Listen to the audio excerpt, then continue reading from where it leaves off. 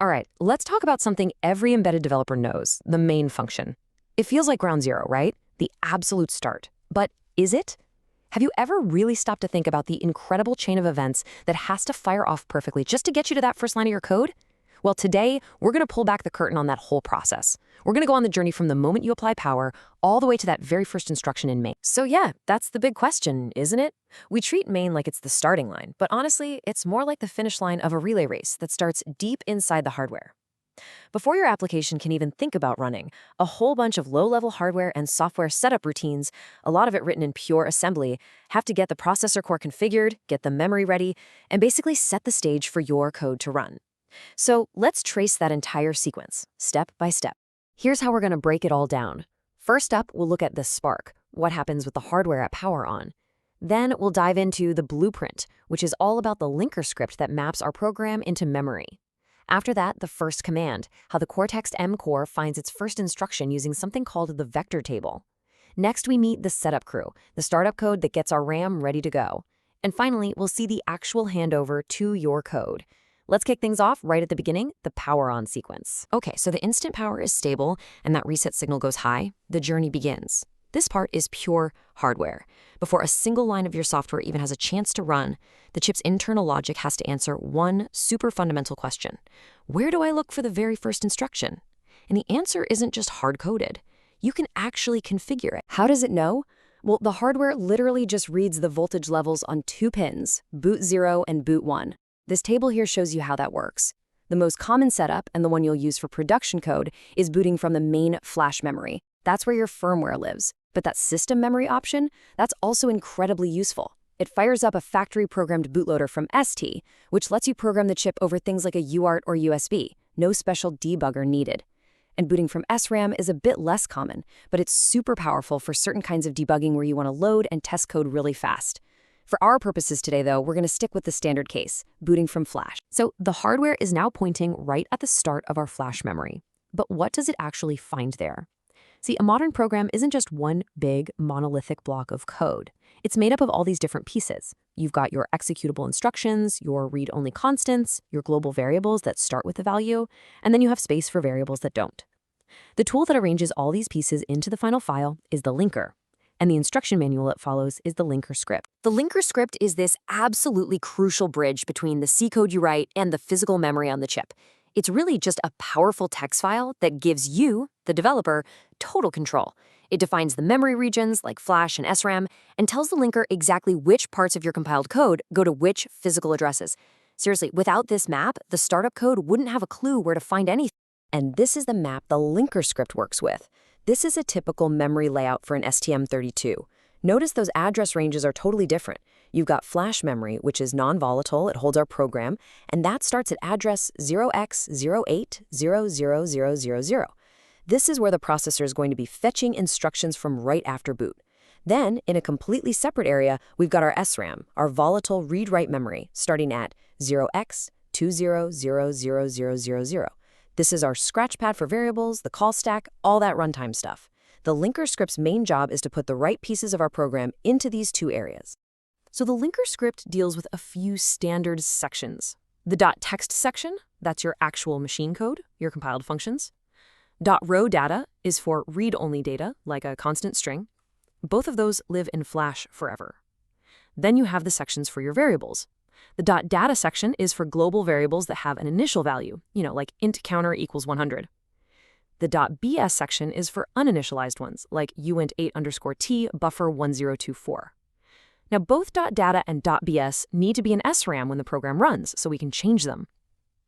And that brings up a really important question. SRAM is volatile. It loses its contents when you power it off. So how does our counter variable magically get its value of 100 every time we boot up? The answer is a really fundamental concept that the linker manages, the difference between the load memory address, or LMA, and the virtual memory address, or VMA. For every single section, the linker actually keeps track of two different addresses. The LMA is its storage address. Think of it as where it lives on the shelf in the warehouse, which is our non-volatile flash memory. The VMA is its runtime address, where the program expects to find it when it's actually running. For your code in the .text section, which runs right out of flash, the LMA and VMA are the same. But for our initialized data, they're totally different. And this right here is how we tell the linker to do it. This is actual linker script syntax. A line like this, greater SRAM at greater flash, is a direct command. The first part, greater SRAM, sets the VMA, the runtime address. It tells the linker, hey, the program is going to look for this data in SRAM. The second part, at greater flash, sets the LMA, the load address. This tells the linker to physically place the initial values for that data into the flash memory in the final file. This one line is what makes variable initialization possible.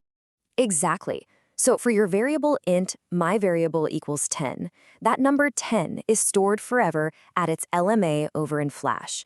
But for the program to actually use and change that variable, it has to exist at its VMA in our read-write SRAM. So we've got the blueprint. We know what needs to happen. The next big question is, who actually does the copying from flash to SRAM when the chip starts up? Well, that brings us to the very first code that runs. Okay, so the hardware knows to boot from flash. The linker has built us a binary file with a perfect memory layout. Now, the ARM Cortex-M core itself finally takes over. And its very first move is literally etched into its silicon. It looks at the very, very beginning of the memory space it was told to boot from, in our case, address 0x080000, and it looks for a very specific structure. That structure is called the vector table. The Cortex-M processor is hardwired to do two things immediately when it comes out of reset. First, it reads the 32-bit value at the very first address, index 0 of that table, and it loads that value into the main stack pointer, or MSP. The stack is absolutely essential for things like function calls, so the CPU needs to know where it is before it can do anything else. Second, it reads the value at the very next address, index 1, and it loads that into the program counter, or PC. The program counter always points to the next instruction to execute, so this second value is the starting address of our startup code, which is called the reset handle. And here's what that vector table looks like. It's really just a simple array of 32-bit addresses. The hardware is designed to know that index 0 is always the initial stack pointer value, and index 1 is always the address of the reset handler. All the other entries are just pointers to other handlers for interrupts and system exceptions. So if something goes wrong and you get a hard fault, the CPU automatically looks up the address for the hard fault handler in this table and jumps right to it. It's like the central switchboard for any event that needs the CPU's attention. So that address that got loaded into the program counter from the vector table, it points us right here to the reset handler. This is the true entry point of our software. It's usually in a file called something like startup_stm32.s, because it's almost always written in assembly language for that fine-grained, low-level control. Its one and only job is to get the C runtime environment ready to go before it hands control over to main. This reset handler follows a very strict to-do list. Now, even though the hardware already set up the stack pointer, you'll sometimes see the startup code do it again just to be safe. But its most important jobs are those two memory operations we set up back in the linker script. First, it has to copy all the initial values for the .data section from their home in Flash over to their runtime spot in SRAM. Second, it has to go through the entire .bs section in SRAM and write zeros to every single byte. Once the memory is ready, it might do some other basic setup like configuring the system clock, and then its final act is to call our cmain function.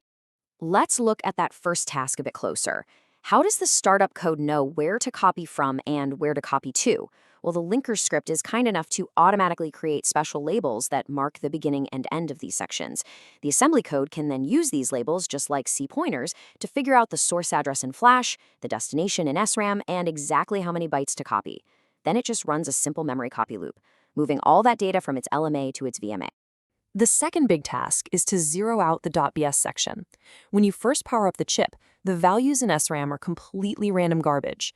But the C language standard says that any global or static variables that you don't explicitly initialize have to start at 0. To make sure that happens, the startup code, again using labels from the linker to find the start and end of the .bs section, just runs a loop through that part of SRAM and writes a 0 to every single location. This gives you a clean, predictable state for your application every single time. And just like that, the low-level setup is done. The data section has its initial values, the .bss section is all zeros, and the C runtime environment is prepped and ready. The stage is now perfectly set for your main application to finally take control. The very last instruction in pretty much any startup file is blil main. In ARM assembly, that stands for branch with link. It's just a standard function call. It loads the address of your main function into the program counter, and the CPU immediately jumps to it. The with link part just means it saves a return address, but we never really return from main, do we? At this exact moment, control is transferred. Your code is finally in charge. The whole pre-main journey is complete. Look, understanding this startup process is really the foundation of true bare metal development. It's what lets you move past just using libraries and start taking direct control of the hardware. The next steps on this path, as you can see here, are things like learning to manipulate hardware registers directly, understanding the clock tree to squeeze out performance, mastering the interrupt controller, the NVIC for real-time stuff, and eventually writing your own lean and mean drivers from scratch. This is where you get maximum performance and that deep, satisfying understanding of the hardware. So the next time you type int main, I want you to remember that intricate dance between the hardware and software that makes it all possible. The boot pins, the linker's memory map, that vector table lookup, and the startup code carefully getting RAM ready. Knowing what happens before main gives you the power to debug and optimize everything that happens after it.